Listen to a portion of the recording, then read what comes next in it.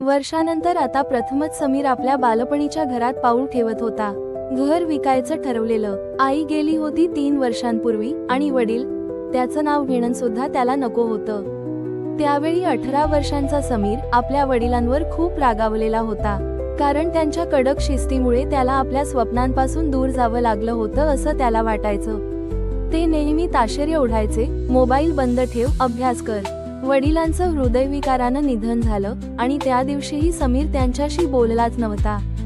घरात पावसाची कुबट वास, धुळीने झाकलेले फर्निचर आणि सडलेल्या जुन्या वस्तू। तो हळूहळू कपाट साफ करत होता।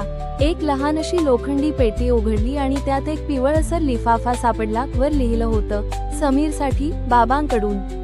त्याच्या हाताने थरथर केली। लिफाफा उघडताच एक साधं, जुनं कागदाचं पत्र।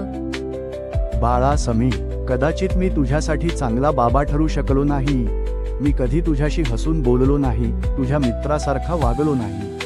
पण रोज रात्री मी झोपताना तुझं दार हलकेच उघडून बघायचो, तू झोपलाय ना हे पाहण्यासाठी। मी तुला ओरडलो कारण मला पण कदाचित माझं प्रेम चुकीच्या शब्दांतून व्यक्त झालं।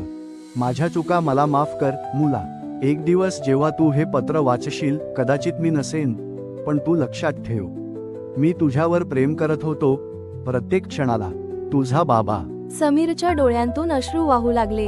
तो आतापर्यंत स्वतःला एकटं समजत होता, पण त्या पत्राने त्याला जाणीव झाली की तो कधीही एकटा नव्हता।